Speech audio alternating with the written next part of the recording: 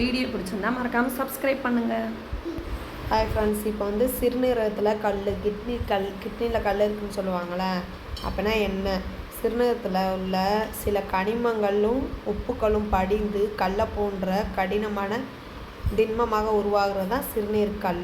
இதில் வலி தொற்று இருக்கும், சிறுநீர் கழிப்பதில் சிரமம் இருக்கும். இது எதனால் வருது, அறிகுறி என்னன்னு சொல்லி பார்க்கலாம். வந்து அதோட அறிகுறி என்னென்னு பார்த்தோம்னா, முதுகு பகுதி இல்லாட்டினா பக்கவாட்டு பகுதியில் கடுமையான வலி இருக்கும். கீழ் வயிறு பகுதியிலையும் தொடை பகுதியிலையும் பரவலாம். சிறுநீர் கழிக்கும்போது யூரின் போகும்போது வலி இருக்கும். அடிக்கடி யூரின் போகணும் போல் தோணும். சிறுநீரில் வந்து ரத்தம் கலந்துருக்கும், அந்த கலரில் எல்லாம் அந்த இளஞ்சிவப்பு சிவப்பு இந்த மாதிரி குமட்டல் வாந்தி இருக்கும்.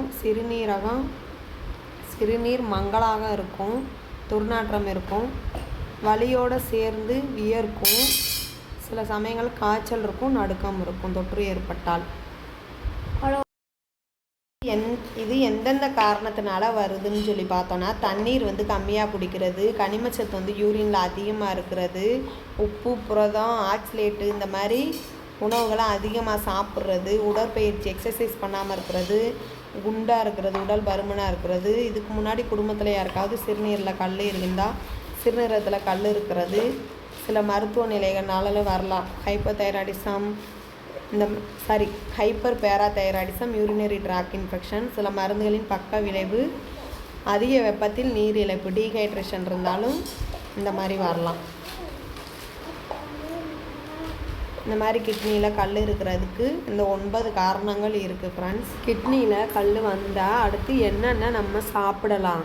அதிகமாக தண்ணி குடிக்கணும். எலுமிச்சை சாத்துக்குடி ஜூஸ் குடிக்கலாம். இளநீர், அதாவது இளநீ தண்ணி அது குடிக்கலாம். வெள்ளரிக்காய் சாப்பிட்லாம், தர்பூசணி சாப்பிட்லாம், சுரைக்காய் பீக்கங்காய் சாப்பிட்லாம். கீரை வகைகள் வந்து அளவாக எடுத்துக்கலாம். ஆப்பிள் சாப்பிட்லாம், மாதுளை சாப்பிட்லாம், ஓட்ஸு கம்பு சோளம் சாப்பிட்லாம்.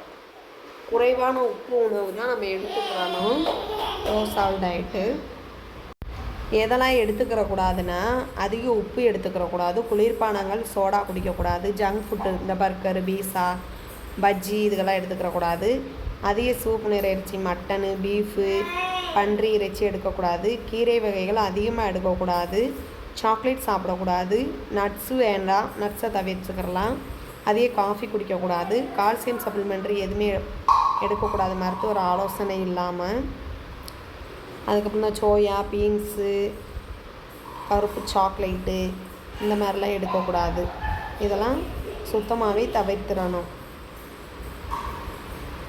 கிட்னியில் கல் இருக்கவங்க என்னென்னா அதுக்கு ஃபாலோ பண்ணணும்னா,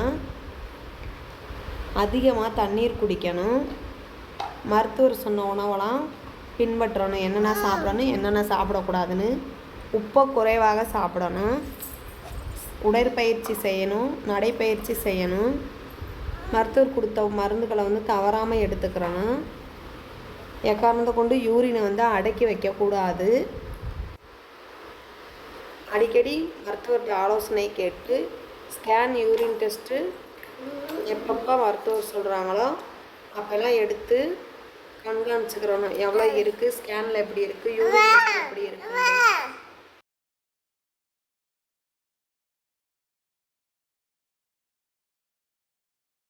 இதோட பின் விளைவுகள் என்னென்ன இருக்குன்னா, தீவிரமான வயிற்று இடுப்பு வலி இருக்கும், சிறுநீர் எரிச்சல் மற்றும் ரத்தம் வருதல், சிறுநீரக தொற்று, சிறுநீரகம் வீங்கி இருக்கும், சிறுநீரகத்தோட சிறுநீரகன்றது கிட்னியை தான் சொல்கிறேன், கிட்னியோட செயல்பாடு குறைவாக இருக்கும், சிறுநீரக செயலிழப்பாகும், மீண்டும் மீண்டும் கல் வந்து உருவாகிக்கிட்டே இருக்கும். இந்த மாதிரி வீடியோ உங்களுக்கு பிடிச்சிருந்தா மறக்காமல் சப்ஸ்கிரைப் பண்ணிக்கோங்க, லைக் பண்ணிக்கோங்க, கமெண்ட் பண்ணுங்கள். இந்த மாதிரி உங்களுக்கு ஏதாவது டிசீஸ் கண்டிஷனை தமிழில் இந்த மாதிரி உங்களுக்கு எக்ஸ்பிளைன் பண்ணணுன்னா, என்ன டிசீஸ் கண்டிஷன் உங்களுக்கு வேணுன்றதை எனக்கு கமெண்ட் மட்டும் பண்ணுங்கள், நான் உங்களுக்கு எக்ஸ்பிளைன் பண்ணுறேன். Thank you friends.